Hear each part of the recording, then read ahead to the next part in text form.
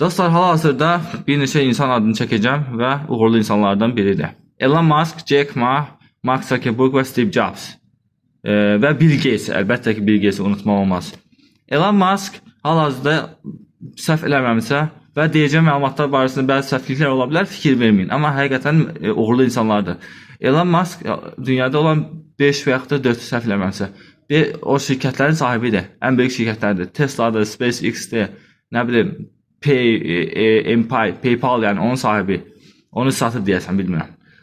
Onun sahibi. Əvvəllər o fizika ilə məşğul olurdu, elmlə məşğul oldu daha doğrusu və özünü təkmilləşdirdi və axırda da öz istədiyindən nail oldu. Mark Zuckerberg universitetdə oxuyan vaxtı bir neçə sosial şəbəkə qurdu və ondan sonra da axırda da The Facebook'un sahibi oldu. Və o sosial şəbəkə qurandan sonra bəzi problemlərlə üzləşdi və universitetdən qovuldu. Amma indi yenə o da milyonerlər arasında öz adını qoyub saxlayır.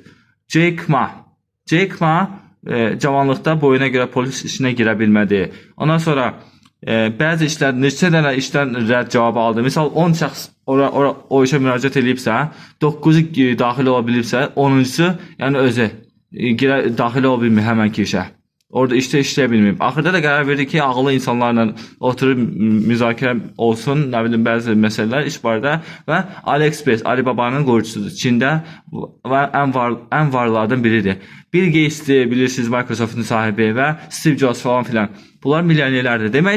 Bu videoda demək istədiyim odur ki, həyatda bir nailiyyət əldə etməyə çalışın, bir elm öyrənin, maraqlı bir şeylə məşğul olun, bacarığınızı təkmilləşdirin, nə bacarırsınızsa, başqasının həyatını müzakirə eləyə və yaxud da ki, başqasının, daha doğrusu, yəni başqasını müşahidə eləyə öz vaxtınızı itirməyin.